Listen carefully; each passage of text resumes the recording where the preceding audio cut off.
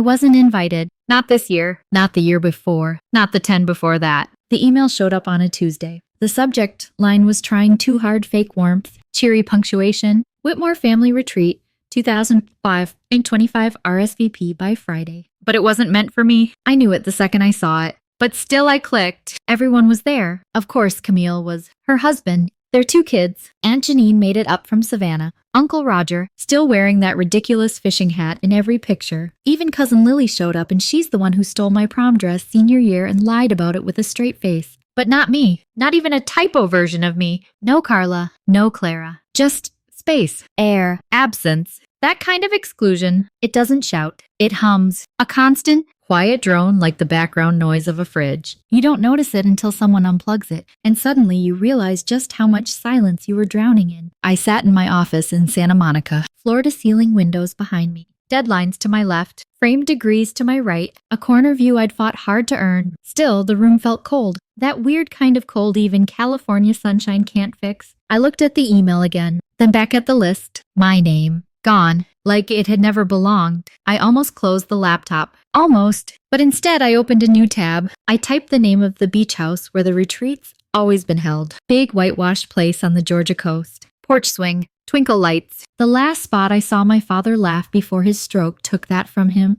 And there it was. Not a rental listing. A sale. For sale. Price dropped. Seller motivated. Deed under review. No one texted me. No call. No, just so you know. They were selling it. Quietly. Like they were getting rid of something inconvenient. Like me. But weirdly, I wasn't angry. Not yet. I closed the tab and turned around. On the bookshelf behind me sat a turquoise shell. My dad gave it to me when I was 9. You think in tides? Clara, he told me, don't ever let them make you small. And that's when the idea sparked. They could delete me from every invite, but I still remembered how to sign one. The thing about being erased, no one warns you it's happening. It starts with a missed call, a family photo you're not tagged in, one holiday dinner where your name's not even mentioned. At first, I tried. I sent Christmas gifts. I replied to the family group chat back when it still had my number. I flew home for Thanksgiving, even when the flight cost more than my rent. I offered to help with Mom's mortgage. Camille's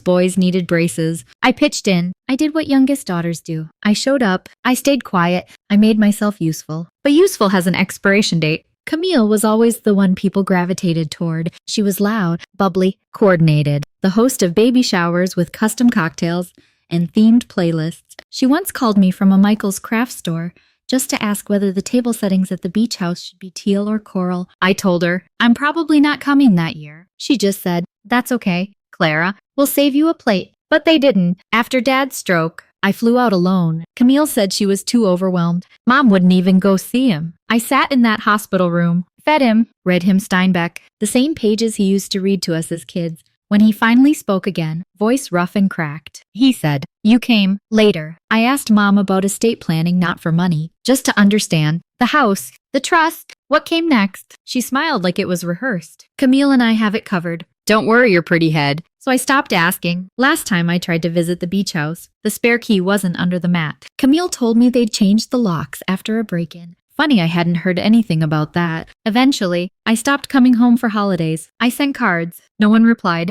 They started saying I was busy or distant on Facebook. I didn't correct them. Then one day, Mom posted an old photo Camille and Dad on the beach at sunset. I knew that photo. I took that photo. I was there. They cropped me out. That year, I stopped sending gifts. But I didn't stop watching. Savannah, my old neighbor, now working as a paralegal, kept me looped in. Screenshots, snippets, email threads I'd been deleted from. They think you disappeared, she told me once. But you've just been listening. And she was right. I wasn't gone. I was waiting. And the thing is, people who forget you that easily, they're the ones most afraid of what happens when you come back. I didn't buy the house for revenge. I bought it because I was done pretending that my absence was a glitch in the system. The listing had been up for 13 days. No announcement, no warning, just quietly live in some tucked-away real estate newsletter I almost deleted. And it wasn't even under the Whitmore name anymore. They'd moved it to an LLC. Camille probably set that up after Dad passed. Make it clean. Easy to split. But I knew that trick. I work in corporate strategy. That's page 1 of the manual. Still, I wasn't mad. I was ready. I printed every page of the listing, called a friend in property law, and looped in Savannah. She ran a title search in 10 minutes, and we found something. A clause in the original trust. Dad had written in a fallback clause just in case.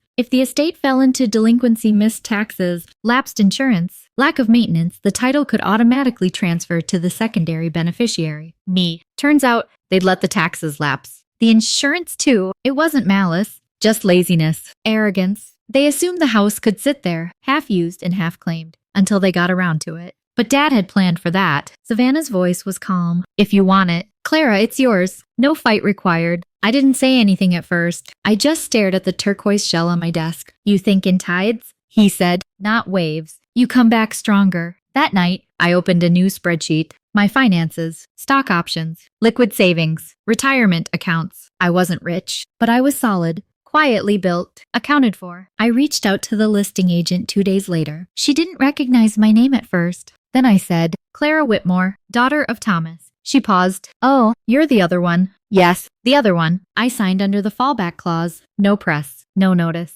Then I booked a reservation. 1 room, master suite. 3 nights. Check-in Friday. Guest name, Miss C. Whitmore. Special request, a bottle of Perrier Jouet on ice. Firm pillows, cotton sheets. Full privacy. When the confirmation email landed, I didn't smile. I didn't cry. I just sat still. They erased me from the invite. I had just added myself to the deed. I got there early, not to welcome anyone, not to make a scene. I just wanted to see the house again alone before they touched it. It looked smaller than I remembered. Or maybe I had finally grown. The porch swing still hung crooked. The shutters were chipped and flaking. Someone had swapped the old lantern for a cheap solar bulb that flickered like a dying firefly. But the house still breathed with the ocean wind like it remembered me. Inside, I didn't linger. I checked the room. Champagne on ice. Check. Firm pillows. Cotton sheets. All correct. My name spelled right.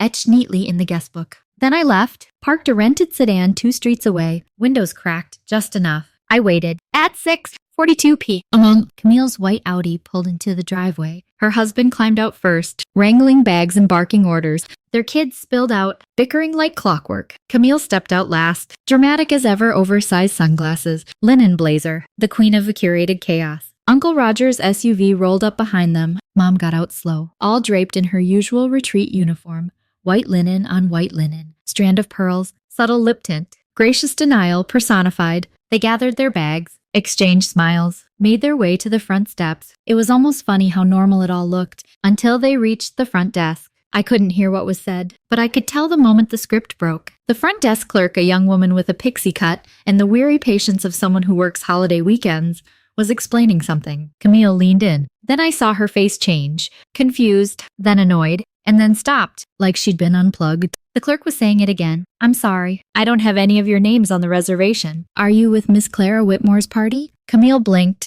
Whose party? Miss Clara Whitmore, the clerk repeated, unfazed. She has the full reservation. Silence. Not the awkward kind, the seismic kind. The kind that shifts things. That's when I stepped out of the car. Not for effect. Not for drama. Just because it was time. My heels clicked against the tile as I walked through the doors. I didn't look at Camille. I didn't need to. I can clarify, I said to the clerk. I'm Miss Whitmore. The deed finalized 2 weeks ago. Camille turned slowly, her voice tight, controlled. You bought the house? Yes. Mom's voice was quieter, a little dazed. But why would you do this? I looked at her. Not angry, not cold, just finished. Because I was never invited. I paused, but I was never gone. Camille stepped forward like she still thought this was a negotiation. You think this is funny? You think hijacking a family trip proves something? No, I said. Calm. It settles something. I handed the clerk my ID. Anyone not on my guest list, I said, should be politely escorted. Then I added almost gently, like an afterthought.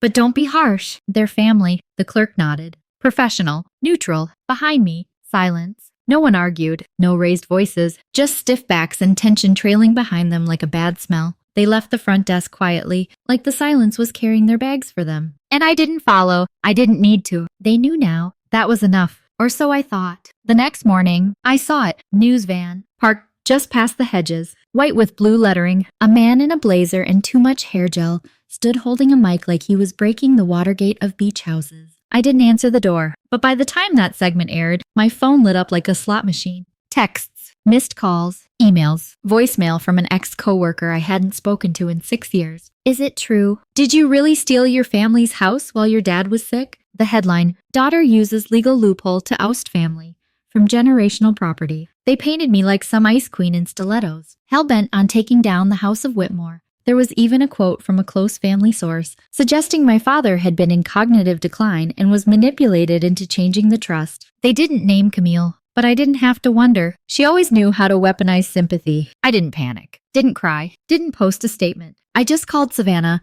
Time, I said. She didn't ask for context. I'll send the file in 15. She replied. What she sent me was meticulous, clinical, dated, screenshots of texts between Camille and Mom, messages that read, "Don't worry, Clara's not coming again. She makes everything about herself. She's too busy proving something to care about family." Another one, "Don't feel bad excluding her. She's used to it." There were audio files too. Phone calls, speakerphone conversations caught mid-lunch. Camille's voice sharp. Smug? Clara was always too fragile to survive in this family. Let her rot in her condo. We're better off. But the one that mattered most, the video, shot 2 summers ago. My dad on the back porch, blanket over his lap, holding his favorite chip mug. I sat beside him, just out of frame, his voice soft, steady. "I want Clara to have this place," he said. "Camille makes things loud. But Clara makes things last." He looked toward the camera, toward me. "It's not about fairness. It's about memory." The next morning, I uploaded everything to a secure drive,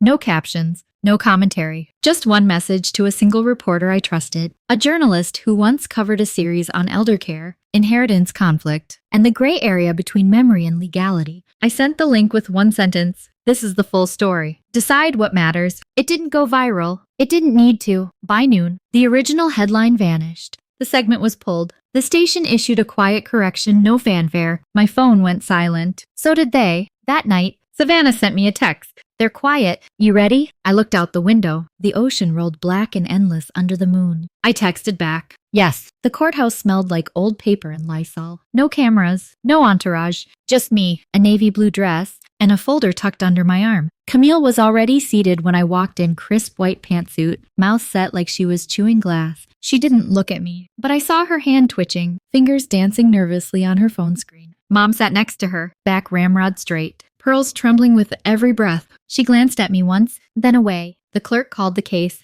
Whitmore versus Whitmore. Petition for injunction. Alleged undue influence and elder manipulation. Their attorney stood first. Tan. Polished. The kind of lawyer who probably says, "Let's circle back in real life." He used words like intent, vulnerable, compromised. He said I was estranged, and he paused before the word so it would sting harder. I didn't blink. When it was my turn, I stood. No drama, just truth. Your Honor, I'd like to submit video and audio evidence, direct statements relevant to the trust and my father's wishes. The judge nodded. Lights dimmed. The video played. My father's voice filled the courtroom. "I want Claire to have this place. She's the only one who came after the fall, the only one who didn't ask for anything." Then he looked right into the lens. "It's not about fairness. It's about memory." In the courtroom, the video faded out. Silence followed. Not the shocked kind. There wasn't gasping or murmurs. Just stillness, resignation. Like everyone already knew what the outcome would be. They just needed someone to say it out loud. Then came the audio file. Camille's voice, clear and sharp like a cracked plate. Let her rot in her condo. She was never part of this family. She should have been easier to control.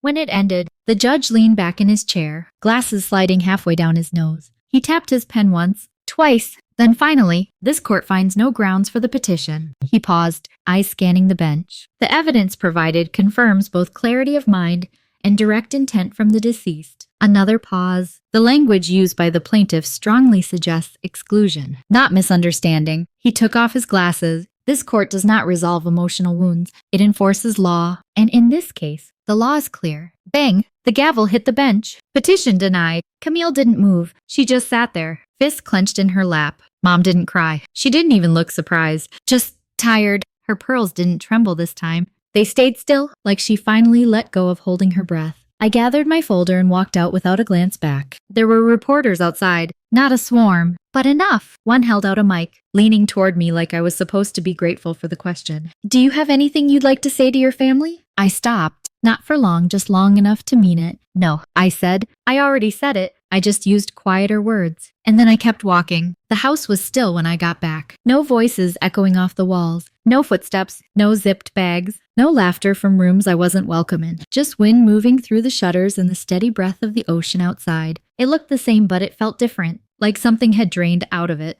Not pain. not anger, just noise. I walked through each room slowly, not touching much at first. I ran my hand along the stair rail, smoothed out the corner of the hallway rug with my toe, let the quiet wrap around me like an old song I hadn't heard in years. In what used to be Dad's office, then Grandma's, I opened the bottom drawer of the desk. They'd never cleared it out. Inside was the wind chime we made together, shells tied on fishing line, blue thread, the knots frayed. My 9-year-old handwriting scratched into one of the big ones. CW. I sat on the floor, legs crossed, and started untangling it, not to make it look pretty. I wasn't polishing it for Instagram. I just wanted it whole again, because some things don't need to be perfect to still matter. Savannah arrived later with a bottle of wine and 2 rolls of paper towels. You didn't think I'd let you reclaim this place without cleaning the windows, did you? We didn't laugh. We didn't need to. The look we shared said everything. We scrubbed, not just dust but years of erasure. The kind you can't see until the sunlight hits it just right. Years of being the footnote, the afterthought, the one they stopped calling but still blamed for not showing up. At sunset, I hung the wind chime outside the kitchen window. It danced in the breeze like it had been waiting. Later, we sat on the porch with 2 glasses of wine, legs stretched out,